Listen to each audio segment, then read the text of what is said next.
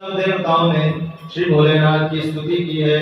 नमामि शमीशान निर्वाण रूपम विभुं व्यापकं ब्रह्मवेद स्वरूपं निजं निर्गुणं निर्विकल्पं निरीहं चिदाकाशमाकाशवासं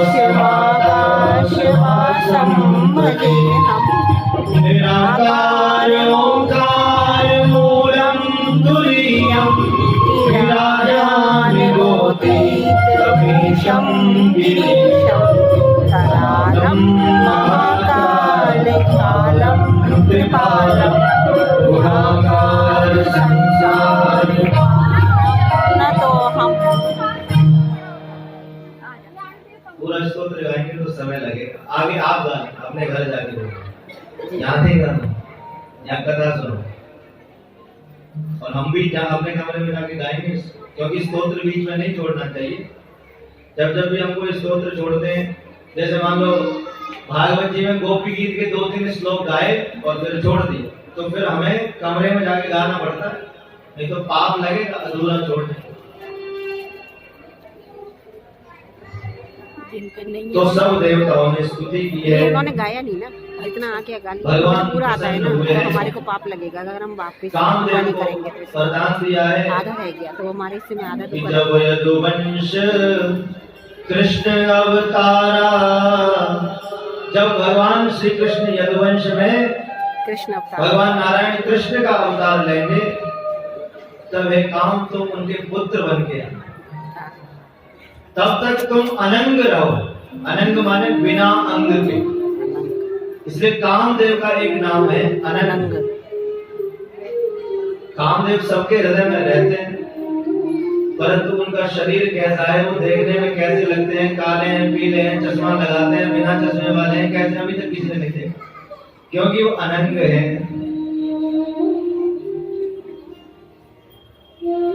अब भगवान भोलेनाथ विवाह के लिए तैयार हो गए। कहा ठीक है, अब हम तैयार हैं, विवाह कराओ। इधर पार्वती मैया तपस्या कर रही हैं, और पार्वती मैया ने गुरु कौन बनाया है? श्री नारद जी महाराज। नारद जी ने पार्वती मैया को ओम नमः शिवाय इस पंचाक्षरी मंत्र का उपदेश दिया है। और मैंने बताया था कि कितने वर्ष तक जो है पार्वती मैया ने तपस्या की। शिव महापुराण में लिखा है, पार्वती मैया कई वर्षों तक बड़ी कठोर तपस्या करती हैं, दिन रात अग्नि प्रज्वलित करके उसके बीच में बैठती हैं और ओम नमः शिवाय, ओम नमः शिवाय, ओम नमः शिवाय इस मंत्र का जाप करती हैं। फिर जब शीतकाल आता है, तो मैंने अभी जो बताया था कि अब एक घड़ा ऊपर बांध कर उसमें छोटा सा छेद करके और एक एक बूंद जल की जो धारा है उसको अपने मस्तक पर धारण करती है। फिर ओम नमः शिवाय, ओम नमः शिवाय, ओम नमः शिवाय। इस प्रकार तेने तेन देवैर पर्णेति कथिता नाम शिवा। इतनी कठोर तपस्या करने के कारण एकदम पत्ते के समान हो गई। आजकल इतनी डाइटिंग करने के बाद भी जो पतली नहीं हो पाती है वो, और पार्वती भैया एकदम सूखे तिल के जैसी तपस्या करते हैं। भगवान भोलेनाथ ने सप्त ऋषियों को भेजा है। देखें तो सही इनका प्रेम कितना है भोलेनाथ के प्रति। तो सप्त ऋषि आए हैं। सप्त ऋषियों ने पार्वती माता की परीक्षा ली है और भोले बाबा की बहुत बुराई करी है। अरे तुम कहाँ चक्कर में पड़ी हो, ना उसके रहने का ठिकाना है। भाई विवाह के लिए कन्या को कुछ आवश्यक वस्तुओं की तो बहुत आवश्यकता होती है। पहले तो पति सुंदर सा होना चाहिए, दूसरा उसका घर अच्छा सा होना चाहिए, तीसरी उसकी गाड़ी भी हो तो अच्छा अपने घर की गाड़ी हो। तो 2-3 चीजें तो कम से कम चाहिए ही चाहिए। सप्त ऋषि कहते हैं कि तू जिसके साथ विवाह करने की ठानी है तूने, और इतनी तपस्या कर रही है, न तो आज तक उसका कोई एड्रेस है, पता ही नहीं कहाँ रहता है। जहां जहां शमशान होते हैं वहीं मिल जाता है, शमशान में रहने वाला है। न उसका घर है और न ही वो सुंदर वर है और ना ही उसके पास कोई वाहन है। वाहन के नाम पे नंदी जी महाराज है, बिना पेट्रोल वाली गाड़ी है। मोदी जी कितना ही पेट्रोल महंगा करते हैं, वहां कोई भरे। बोलो राधे राधे। राधे राधे। इतनी जोर से मत बोलो, धीरे धीरे बोलो। सप्त ऋषि आए हैं,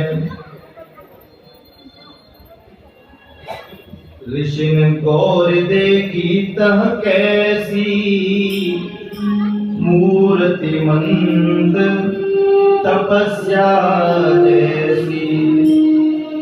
ऐसी दिखती है पार्वती माता की मानो साक्षात ये तपस्या ही हो। तपस्या को किसी ने देखा नहीं, तपस्या लोग करते हैं, तप करते हैं, पर तप होता कैसे है उसका मानो मूर्ति मंत्र तपस्या के समान पार्वती मैया हो गई है। सप्तऋषि कहते हैं, शृणु शैल सुते देवी किमर्थं तप्यते तपः, इच्छसि त्वं सुरं कंच किं फलं तदवादुना, कियवराधौ का तुम चहूं, हम सन सत्य मनम किन कहूं। पार्वती मैया कहती है, महाराज आप कुछ भी कहो, मेरे गुरुजी ने कहा है कि तेरे लिए सर्वदा उत्तम योग्य वर भगवान शिव है, तो मैं अपने गुरु की बात को कभी टालूंगी नहीं। बहुत सावधानी से सुनने की बात है।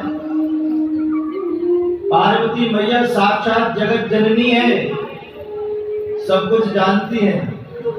सप्त ऋषि इतने बड़े तपस्वी हैं, उनको समझा रहे हैं, अरे तू कहां के घर में पड़ी है, भोलेनाथ को छोड़, इसमें तो सारे अवगुण ही अवगुण हैं। पर पार्वती मैया कहती नहीं महाराज, मेरे गुरु ने कह दिया है कि यदि ये सही है तो यही सही है, बाकी दुनिया कुछ भी कहे मुझे कोई प्रभाव नहीं।